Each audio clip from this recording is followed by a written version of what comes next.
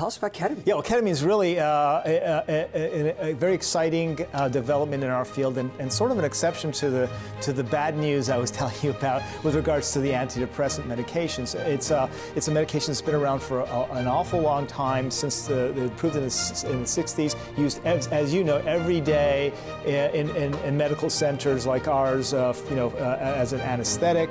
It's used for treating pain, but it was discovered not too long ago that at much lower doses it had a remarkable ability to basically eliminate depression in people who have not responded. That group of people who I was alluding to, who've been through the regular conventional medications and therapy, and it does it very quickly.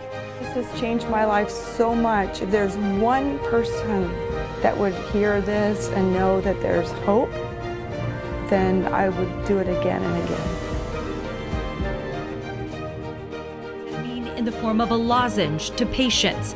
It's something he now offers as an alternative to antidepressants. Those medications often have undesirable side effects like fatigue, weight gain, and loss of intimacy. But most concerning, they take a long time to work, sometimes 2 to 6 weeks. Ketamine doesn't have those side effects, and it works fast. And it can work within a matter of days or hours, which is a huge advantage.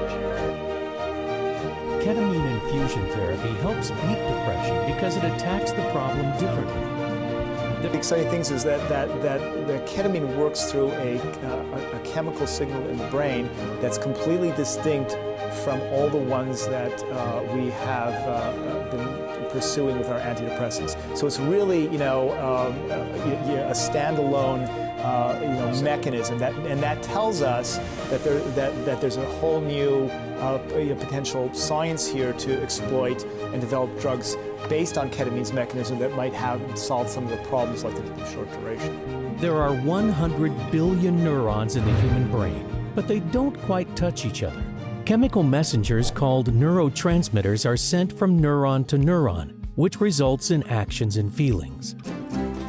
The weight was gone, the heaviness, the darkness, the weird, awful thoughts, the sadness. I'd completely forgotten what it felt like not to hear this noise, not to feel this low, not to feel this sad. Constantly, consistently, I'd simply forgotten.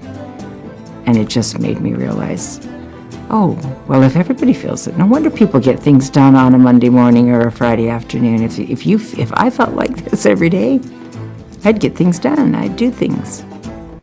When I was walking home from the session, I felt so light.